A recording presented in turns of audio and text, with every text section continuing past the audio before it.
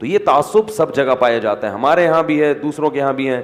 اس قسم کا تعصب جن لوگوں میں بھی ہوگا ان سے خود بھی دور رہو, اور اپنے بچوں کو بھی جیسے تمام دوائیں بچوں کی پہنچ سے دور رکھتے ہو, تو اس قسم کے فتنہ پرست بھی تمام بچوں کی پہنچ سے دور رکھو, ورنہ بچہ میں روحانیت پیدا نہیں ہوگی, خارش کی بیماری پیدا ہو جائے گی.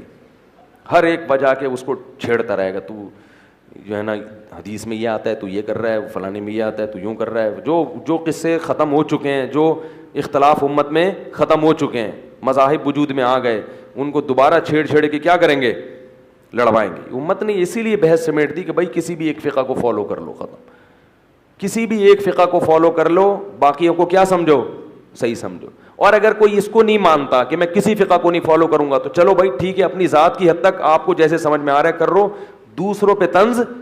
یہاں اہل حدیث بھی آتے ہیں میرا بیان سننے, نہ انہوں نے مجھ پہ کبھی طنز کیا, نہ میں نے ان پہ کبھی. ان سے پوچھ لو جو یہاں آتے ہیں اہل حدیث, حتیٰ کہ انہوں نے مجھ سے یہ بھی پوچھا کہ ہم رفع الیدین کریں یا نہیں کریں, آپ کی کیا رائے ہے. میں نے کہا یار آپ کو سمجھ میں آ رہا ہے کرنا تو کر لو, کوئی میرے مقلد تھوڑی ہو آپ. ایک دفعہ بھی ان سے جا کے پوچھو, میں نے ان کو یہ نہیں کہا آپ کیوں کر رہے ہو, اور نہ انہوں نے مجھ سے کہا. عقیدت کرتے ہیں, محبت کرتے ہیں, جب بھی ملتے ہیں احترام سے ملتے ہیں. تو بھائی اگر یہ اختلاف چلتا رہے اور احترام باقی رہے, یہ زیادہ بہتر ہے بنسبت اس کے کہ میں ان کے پاس پہنچ جاؤں یا وہ میرے پاس پہنچ جائے مناظرے کے لیے اور میری نمازوں کو خلاف سنت قرار دینا شروع کر دیں. اس سے نمازیں تو تبدیل نہیں ہوں گی. جو صدیوں سے لاکھوں اربوں مسلمان جو رفع الیدین ترک کرتے چلے جا رہے ہیں, اہل مدینہ کا عمل, اہل کوفہ کا عمل, عبداللہ بن مسعود کے تمام شاگردوں کا عمل, اور حضرت علی اور عبداللہ بن مسعود کے شاگردوں کا عمل, تو امت میں یہ والی نماز بھی نبی کی سنت محفوظ ہوئی ہے, اس کو ترک نہیں کیا جا سکتا نا. تو نتیجہ یہ نکلے گا, کافر کہے گا کہ صدیوں تک تمہارے امت کے اربوں کروڑوں لوگ جو کلمہ گو تھے, اہل سنت میں داخل تھے, وہ خلاف سنت نمازیں پڑھتے رہے ہیں. تو یہ کیسا دین ہے کہ اربوں کروڑوں لوگ جو ہے نا تمہاری نمازیں برباد ہو گئی تمہاری. اور خلافتیں بھی زیادہ تر احناف کی رہی ہیں, حکومتیں احناف نے کی ہیں زیادہ تر. کہ تمہارے تو جو خلافتیں قائم ہوئی ہیں, اسلامی نظام نافذ ہوا, انہی کی نمازیں سنت کے مطابق نہیں تھیں. اب لوگ پیدا ہو رہے ہیں ہمیں سنت سکھانے کے لیے. تو رفع الیدین والے بھی درست ہیں اور نہ کرنے والے بھی. میرا موقف یہ ہے کہ میں کہتا ہوں ایک فقہ کو فالو کرو. جس فقہ کو فالو کر رہے ہو اس میں اگر رفع الیدین ہے تو جہاں اس کی باقی چیزیں رفع الیدین بھی, اور اگر اس میں رفع الیدین نہیں ہے تو پھر نہیں کرو. فنڈر مت بنو, ان کی تحقیق پر اعتماد کرو. بھائی میں اس فقہ کو فالو کر رہا ہوں, میں نے اس کا التزام کیا ہے.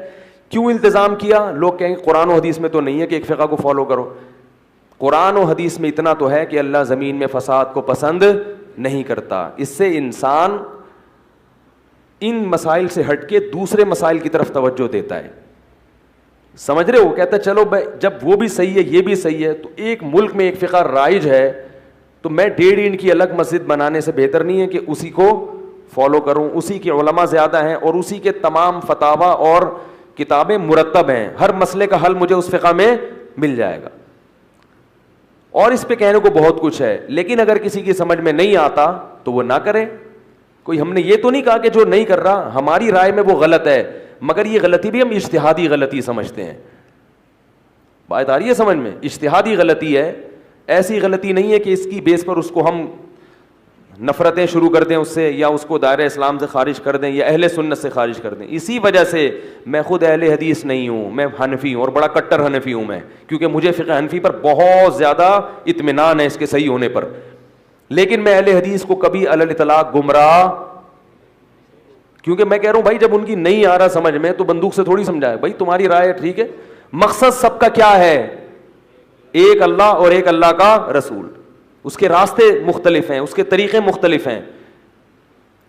تو ہاں جو متعصب ہوگا وہ اہل سنت سے خارج ہے, چاہے وہ دیوبندیوں میں ہو, چاہے وہ اہل حدیث میں ہو, چاہے وہ بریلوی ہو, کہیں بھی ہو.